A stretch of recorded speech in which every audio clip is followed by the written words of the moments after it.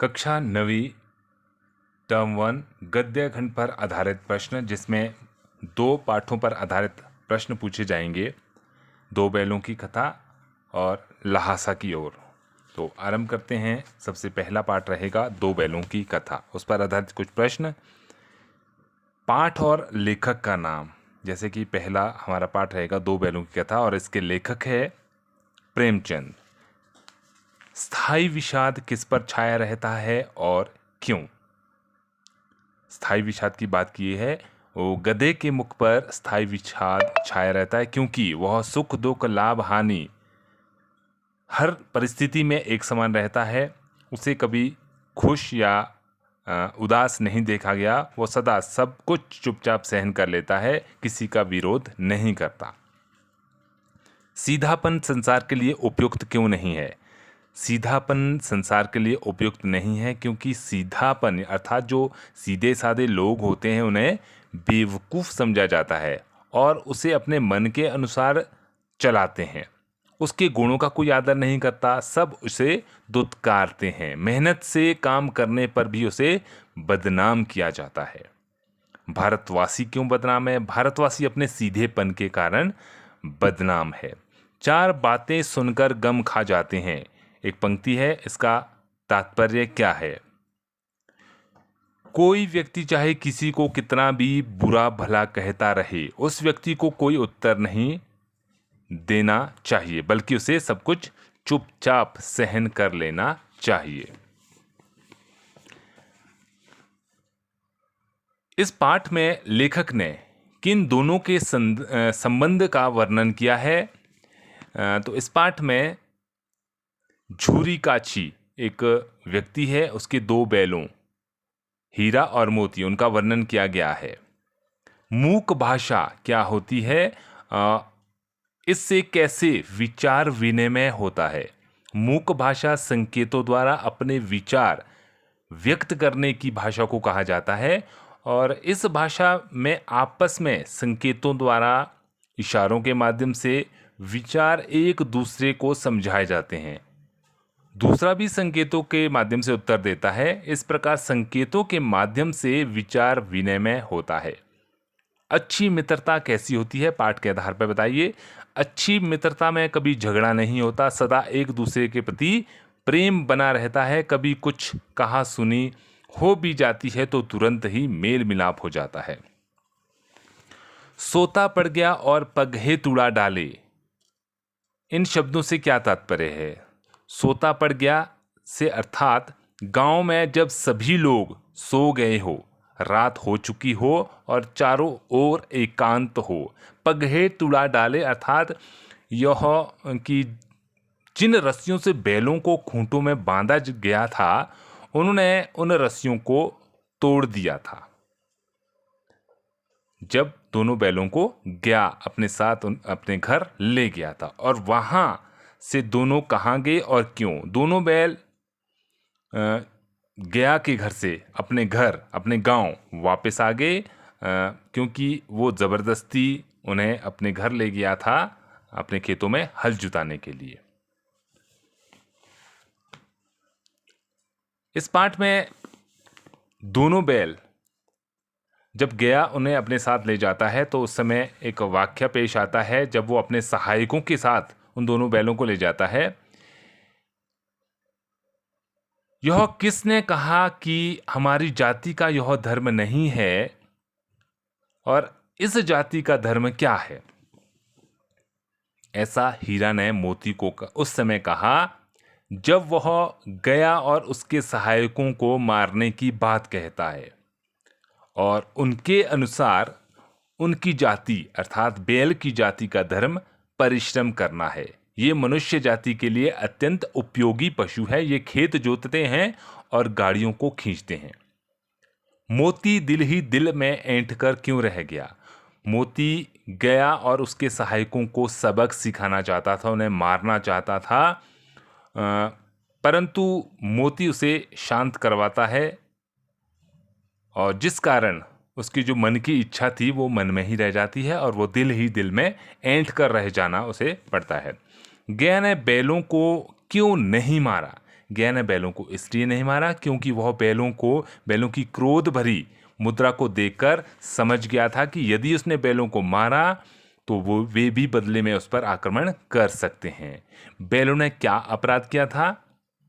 गया ने बैलों को हल में जोता, अपने खेतों में जुतवाया, डंडों से उन्हें खूब मारा पीटा, उनकी नाक पर भी डंडे मारे, और मोती को क्रोध आ गया था और वो हल लेकर भागा। इस प्रकार भागने से हल, रस्सी, जुआ, जोत सब कुछ टूट गए थे। उन्होंने कोई अपराध नहीं किया था। अच्छा, जब दोनों बैलों को कांजी हाउस में रखा गया तो वहां पर आधारित एक गद्यांश है। मोती स्वयं को स्वार्थी समझने की बात क्यों कह रहा है? कांजी हाउस में चौकीदार ने हीरे को बाड़े की कच्ची दीवार को तोड़ने की कोशिश में उसके अपराध में उसे मोटी रस्सी से बांध दिया था। मोती ने दीवार को अपने बल से गिरा दिया। दीवार के गिरते ही कई जानवर वहां से भाग गए। मोती हीरा की रस्सी नहीं तोड़ पाया तो हीरा ने मोती को वहां से भाग जाने के लिए कहा। मोती हीरा के बिना वहां से नहीं जाना चाहता था, इसलिए वो हीरा को कहता है कि क्या उसने उसे इतना स्वार्थी समझ लिया है? हीरा ने क्या अपराध किया था और क्यों? हीरा भूख से व्याकुल हो गया था।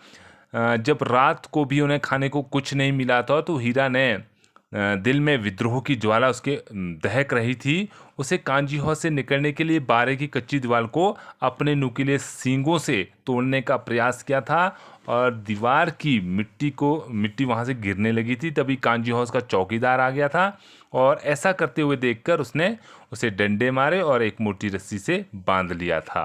हीरा ने यह अपराध अपनी आज़ादी के लिए किया था। अब आरंभ करते हैं दूसरा पाठ, लहासा की ओर।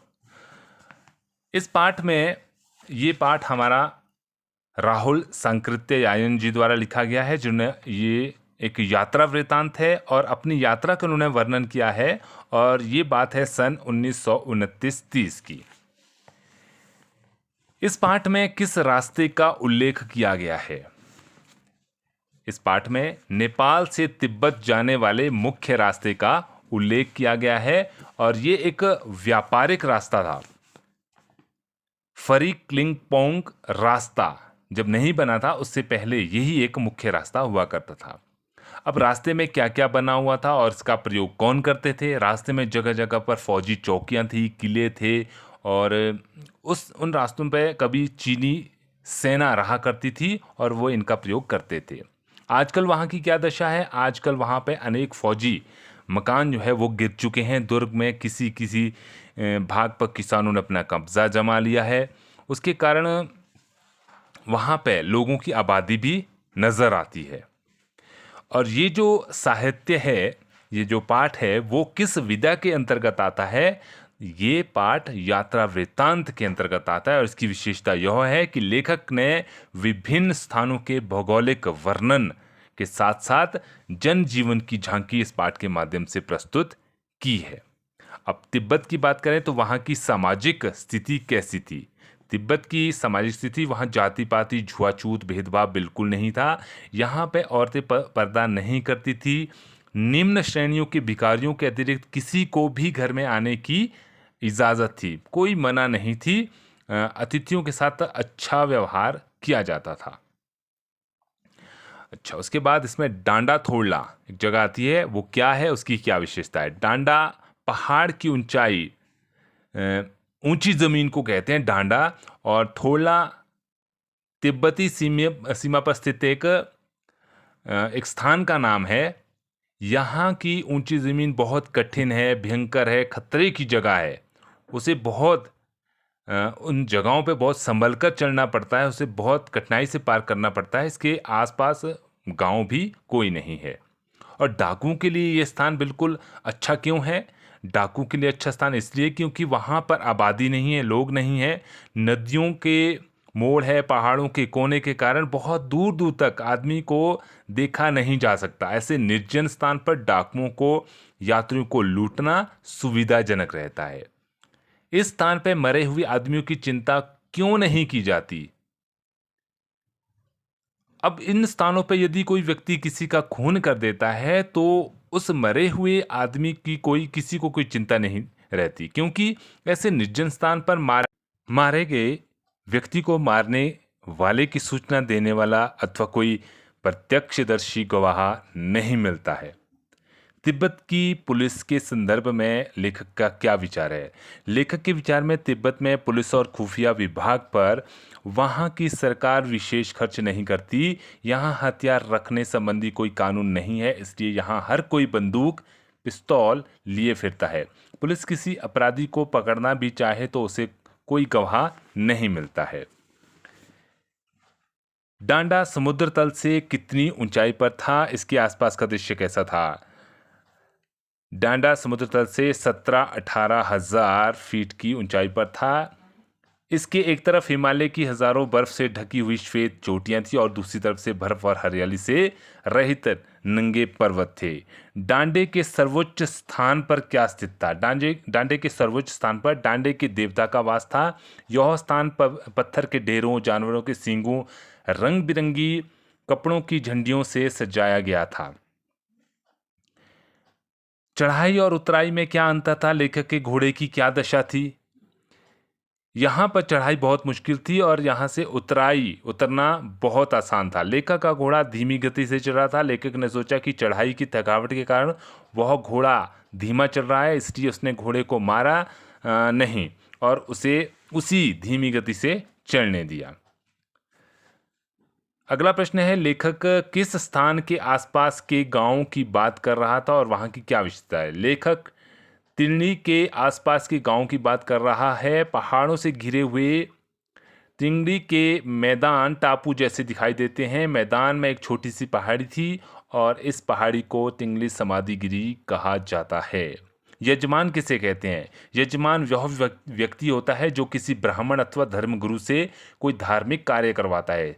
सुमति अपने यजमानों को गंडे इसलिए देता है क्योंकि उसने उनके यजमानों को यह विश्वास है कि इन गंडों को बोध गया से लाए गए कपड़ों से बनाया गया है और ये गंडे उनकी रक्षा करेंगे। यजमान गंडों के बदले में सुमति को दक्षिणा देते थे। सुमति यजमानों के पास क्यों जाना चाहता था और लेखक ने उन्हें क्यों नहीं जाने देना चाहते थे? सुमति यजमानों के पास जाना चाहते थे, वे यजमानों को गंडे दे सके, उनसे दक्षिणा ले सके। लेखक उन्हें वहाँ इसलिए नहीं जाना देना चाहते थे क्योंकि इस प्रकार उनकी यात्रा में बाधा आ जाएगी। सुमति वहाँ हफ्ता भर लगा सकते थे। इस पाठ में कुंजुम बुद्ध वचन की कितनी पोथियाँ, हस्तलिखित कितनी पोथियाँ रखी गई थी? तो वो पोथियाँ लगभग 103 की यहाँ पे बात की गई, 103 पोथियाँ रखी गई थी। तिब्बत में खेती की व्यवस्था कौन देखता था? तो बड़े बड़े जागीरों के द्वारा देखी जाती थी और खेती का इंतज़ाम भिक्षु के द्वारा किया जाता था। मजदूरों की दशा वहाँ पर अच्छी नहीं थी, कम मजदूरी उन्हें मिलती थी और बेकार भी करवाई जाती थी। शेखर के मुखिया का व्यवहार लेखक के प्रति कैसा था? शेखर के मुखिया बड़े ही भद्र व्यक्ति थे, उनका व्यवहार लेखक के प्रति अच्छा था। हालांकि उस समय लेखक भिकमंगों के वेश में था और इस यात्रा में उन्हें भिकमंगे का वेश भी धारण करना पड़ा था। तो ये था हमारा टर्म 1 के आधार पर ल्हासा की ओर और दो बैलों की कथा पर आधारित कुछ महत्वपूर्ण प्रश्न। उम्मीद है आपके लिए बहुत सहायक सिद्ध होंगे, अतः आप इसे अवश्य सुने। धन्यवाद जी।